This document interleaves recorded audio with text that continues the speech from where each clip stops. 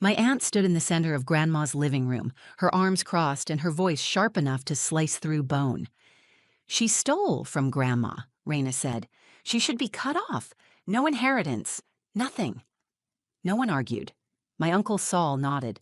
My cousin Mark stared at the floor like he agreed, but didn't want to be the one to say it. Even my younger brother Noah didn't speak up. The room was heavy with silence, the kind that swallows you whole, and I just stood there, frozen. My hands clenched into fists at my sides, not because I was angry, but because I couldn't believe it was happening. I wasn't a thief. I wasn't a liar. I wasn't anything they were saying.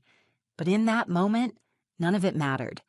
The people I'd grown up with, spent holidays with, laughed with, were looking at me like I was a stranger. I could hear Grandma's old clock ticking on the wall behind me. Each second hit like a hammer. Raina's words kept echoing. She should be cut off. Cut off from the family, from the house I spent every Sunday in, from the woman who raised me when my own parents couldn't, from Grandma. And then, just as I was about to walk out, say nothing, take the pain and leave like I always did, Lena, Grandma's caregiver, walked in from the hallway. She was holding Grandma's phone in both hands like it was something sacred. "Your grandmother left a video message," Lena said, her voice low, steady. We all turned to look at her. For a second, no one moved. No one spoke. Even Raina froze. Lena stepped closer and looked right at me. "She told me to play it if this ever happened." She tapped the screen, and then Grandma's voice filled the room. "If anyone tells you I didn't trust her, they're lying. Here's what really happened." You could hear a pin drop. No one breathed, because Grandma's voice wasn't frail or confused like it had been lately. It was calm, clear, like she knew exactly what she was doing. And in that moment, everything started to unravel. I want to take you back to how we got there, to the afternoons I spent with Grandma when no one else came, to the moment the rings went missing, to the first time I realized that love and loyalty don't always look the same in every family.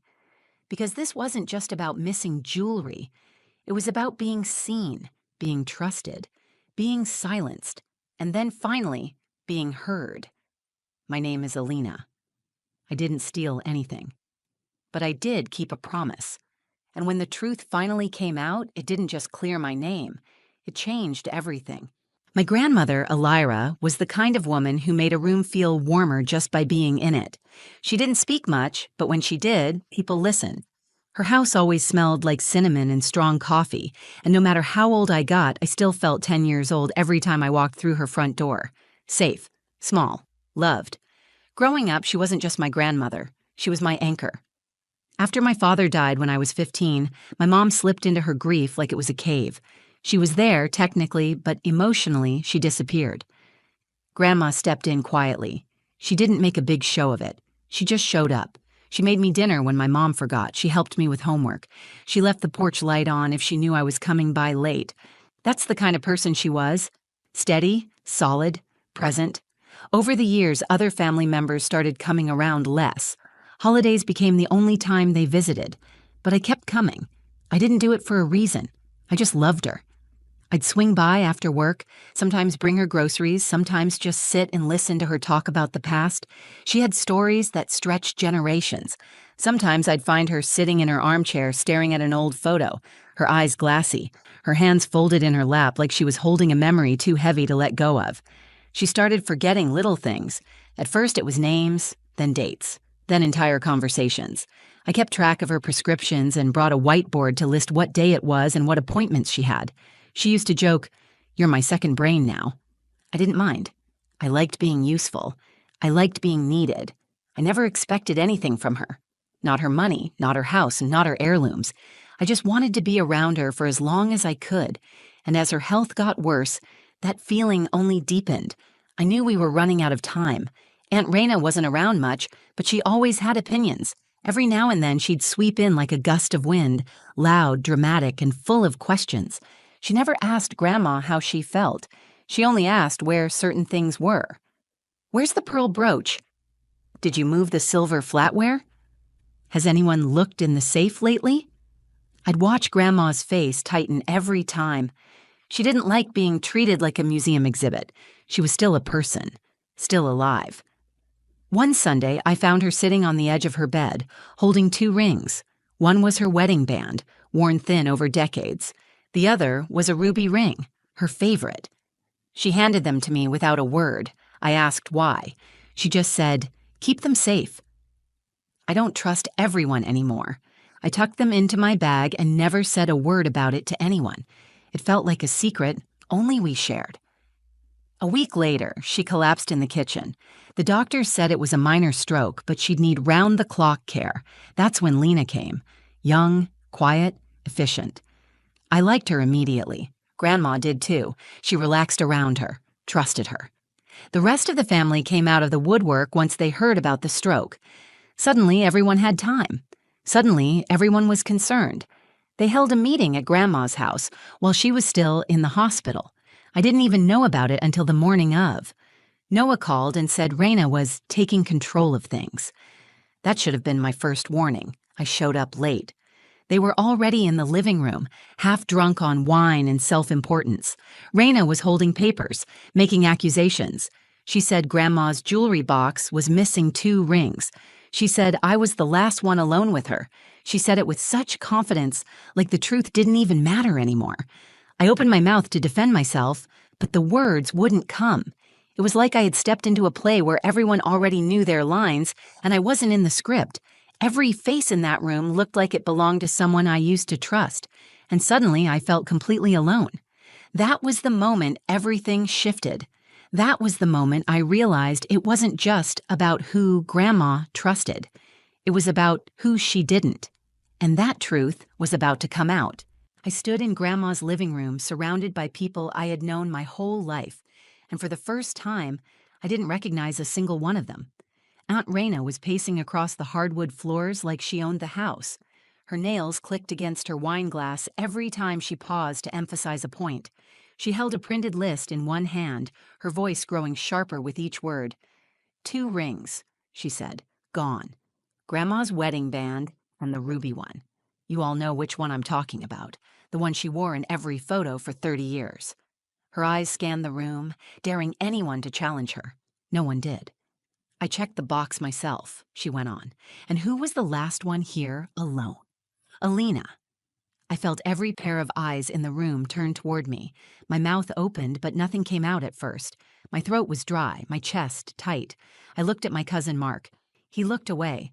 I looked at Uncle Saul, who just shook his head like this was all some kind of sad misunderstanding. Noah stood behind a chair, his face unreadable. I didn't take anything, I said finally, my voice too soft. Grandma gave them to me. Raina laughed. Oh, please. Are we supposed to believe that? She's been forgetting what day it is for months. You expect us to believe she gave away family heirlooms without telling anyone? She told me to keep them safe, I said. She didn't trust... Raina cut me off. Exactly. She didn't trust you. She probably didn't even know what she was doing when she handed them over. And now they're missing. That's theft, Alina. Don't dress it up like some sentimental little moment. Her words stung, not because they were loud, but because they sounded rehearsed, calculated, like she had been waiting for this moment, sharpening her knives behind closed doors. Let's not get emotional, Uncle Saul said, stepping in. This isn't about pointing fingers. We just want to know where the rings are, that's all. I looked around the room. No one defended me. No one asked for my side. My heart was pounding in my chest, not from guilt, but from the weight of being so alone in a place that used to feel like home. I reached into my bag and pulled out my keys. I didn't say a word. I started walking toward the front door. If they had already decided I was guilty, then there was no point in staying. Running away, Raina called after me. I stopped, turned around, and looked her in the eye. You're talking about Grandma like she's already gone. She's still alive. Maybe try respecting that. Before she could respond, Lena stepped into the room. She'd been standing quietly near the hallway, listening. She looked uncomfortable, like she wasn't sure if it was her place to speak. But something in her expression shifted when she saw my face. She held Grandma's phone in both hands. Alira recorded something a few days ago, Lena said. She asked me to keep it safe in case things got complicated. The room fell silent. Raina crossed her arms. What kind of video? Lena walked over to the center of the room. She didn't answer right away. Instead, she looked at me, her face calm but serious. Then she looked at everyone else. She made me promise not to play it unless it was necessary. I think now is the time. She opened the phone, tapped the screen, held it up. I didn't know what was coming. I had no idea what Grandma had recorded, but I knew her. And I knew that if she had taken the time to leave something behind, it was for a reason. Everyone watched as the screen lit up. My grandmother appeared, wrapped in a shawl, sitting upright in her bed. Her hair was pinned back neatly. Her face looked tired, but her eyes were focused. She started speaking. "If anyone tells you I didn't trust her, they're lying." Gasps filled the room. Here's what really happened. My breath caught in my chest. The ground didn't shake, the house didn't collapse, but it felt like everything I had been holding in was suddenly breaking open. This wasn't just a moment. This was the beginning of the truth pushing its way through. Grandma's voice poured from the phone like it had been waiting, clear, deliberate, and stronger than we'd heard in weeks. "If anyone tells you I didn't trust her, they're lying," she said. No one moved. Raina stood frozen with her arms still crossed, but her face had shifted. She looked stunned, confused, like someone had pulled a rug out from under her feet. Uncle Saul leaned forward. My cousin Mark looked at the phone like it might bite. Grandma continued. "Alina has always been the one I trusted. I gave her my wedding ring and the ruby one. I didn't lose them. I wasn't confused. I asked her to keep them safe because I didn't want anyone else touching them, not while I'm here and not after." Lena turned the phone slightly so everyone could see the screen. Grandma sat with her back straight, her eyes steady, her hands folded in her lap. There was no doubt in her voice. She wasn't drifting in and out of clarity like she sometimes did toward the end of a long day. She was speaking with purpose, with fire. "She never asked for anything," Grandma said. "Not money, not gifts, not favors. She came because she loves me. And if you don't believe that, then maybe you haven't been paying attention." The silence that followed was unbearable. It pressed in on my ears like pressure under water. My stomach was in knots, my fingers twitching at my sides. I didn't cry. I wanted to, but something else rose in me instead, a kind of heat, a strength I didn't know I still had. I looked at Raina. Her mouth was slightly open, but she didn't speak. She didn't look at me either, just kept staring past Lena like she was hoping to wake up from a dream she hadn't planned on having. Grandma's video wasn't finished. I'm recording this because I know how people get when money is involved. When death starts creeping close, people stop listening to their hearts and start counting what they think they're owed. But no one is owed anything. What matters is who shows up, who stays, who carries you when you can't carry yourself. The video ended there. Lena lowered the phone and held it against her chest like it was something fragile. She didn't say anything. She didn't have to. I looked around the room. The air had changed. There was no shouting, no arguing, only the kind of stillness that comes after something permanent has shifted. For the first time since I walked into that room, I didn't feel small. I turned to Raina. "Are we done here?" She didn't answer right away. Her eyes met mine for the briefest second, then dropped to the floor. Uncle Saul cleared his throat. "I think we should all take a moment," he said. Maybe we should wait to talk about anything else until Mom's back home." Mark nodded. "Yeah, let's not do this now." The meeting fell apart without ceremony. People shuffled to grab their coats. No one looked me in the eye. The accusations hung heavy in the air, but the power behind them had crumbled. Noah stepped toward me as everyone started to leave.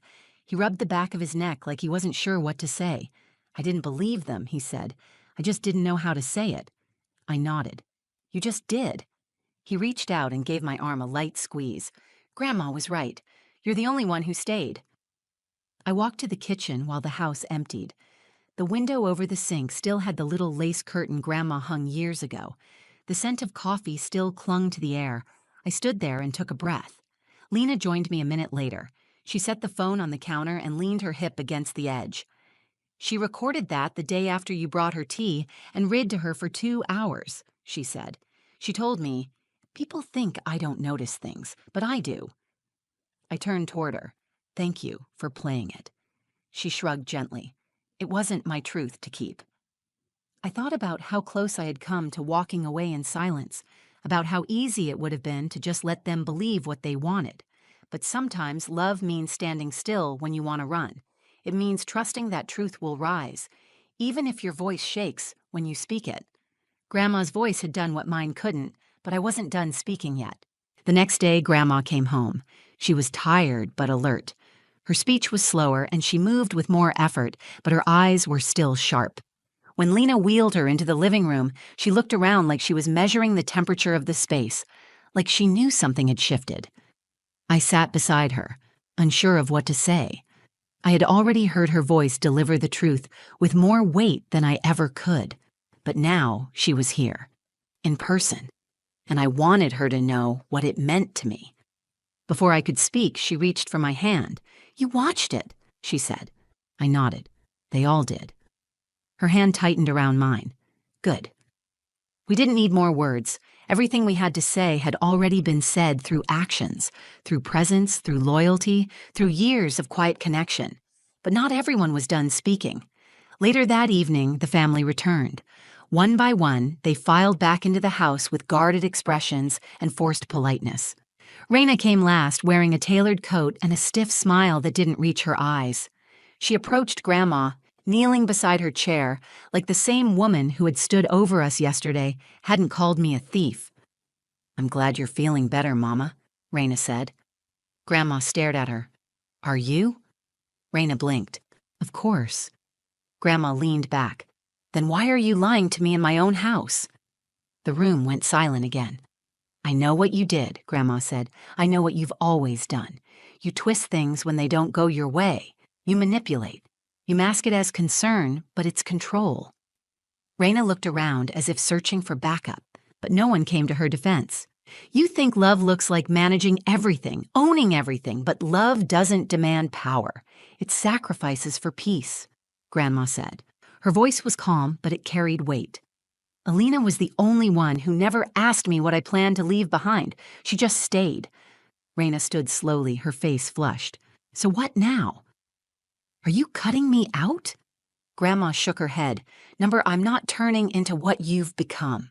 I'm not rewriting my will in a moment of anger. You're still my daughter, but I see you clearly now, and that's something you'll have to live with." For once, Raina had no words. Grandma turned toward the rest of the family. "The ruby ring wasn't just a piece of jewelry. It was the last gift your grandfather ever gave me before he died. It meant something. And I gave it to the one person I trusted to protect it. Not because of inheritance, because of love." She looked back at me. "Thank you for keeping it safe." I didn't speak. I just held her hand tighter. Noah stepped forward. Can we start over?" he asked, looking at both Grandma and me. "I think we all lost track of what matters." Grandma nodded once. "That's up to each of you." There was no dramatic reconciliation, no big family hug, but something did begin to soften in that room. The tension eased. The performative smiles faded, replaced by something more honest. Even if it wasn't forgiveness, it was something close to recognition.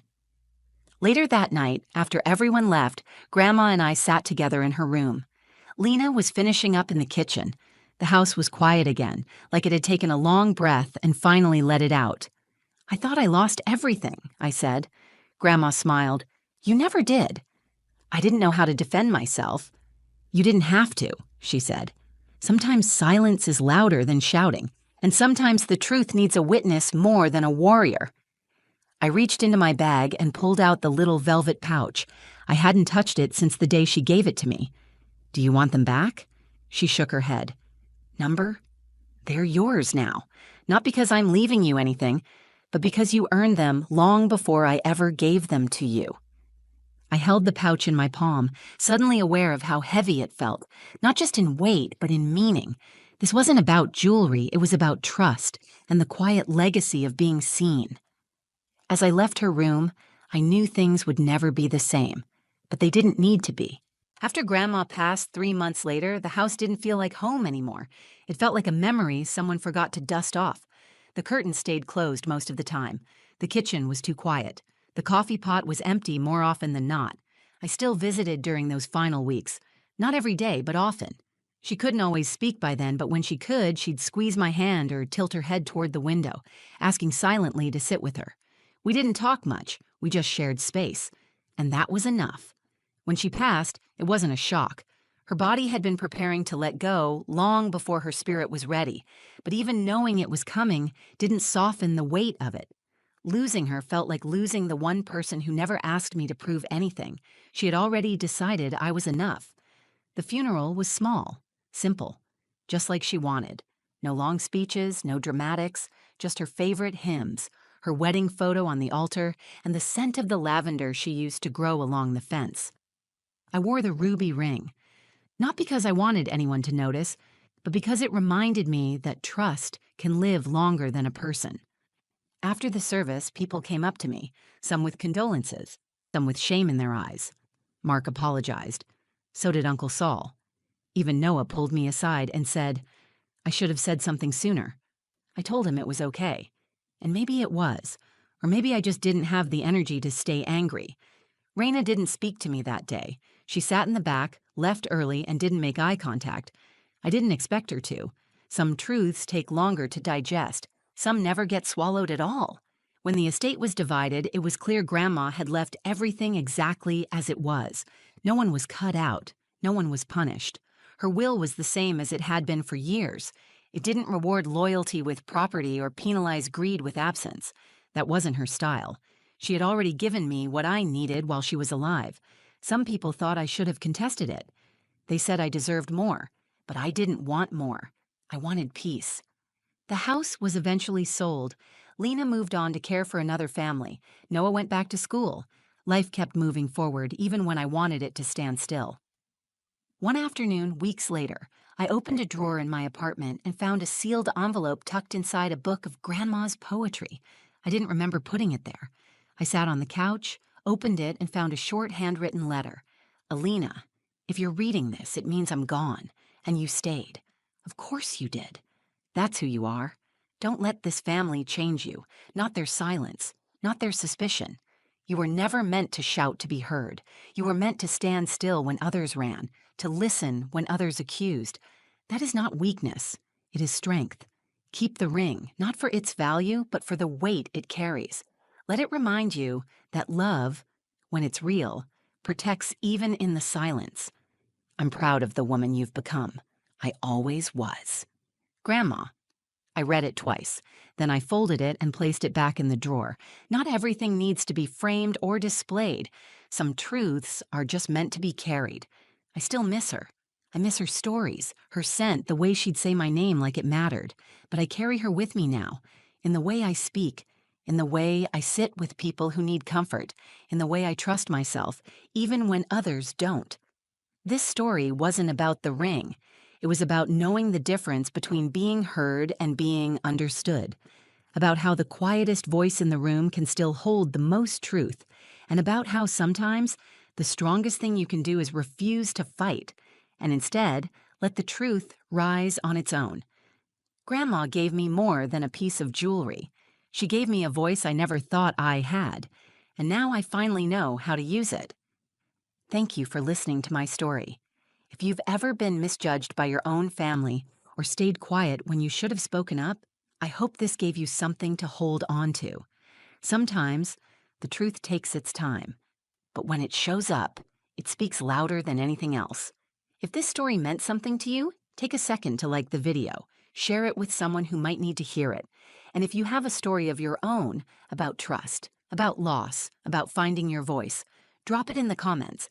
I read everyone, and I'd love to hear yours.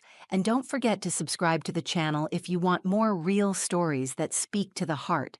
Until next time, take care of yourselves and the ones who see you for who you really are.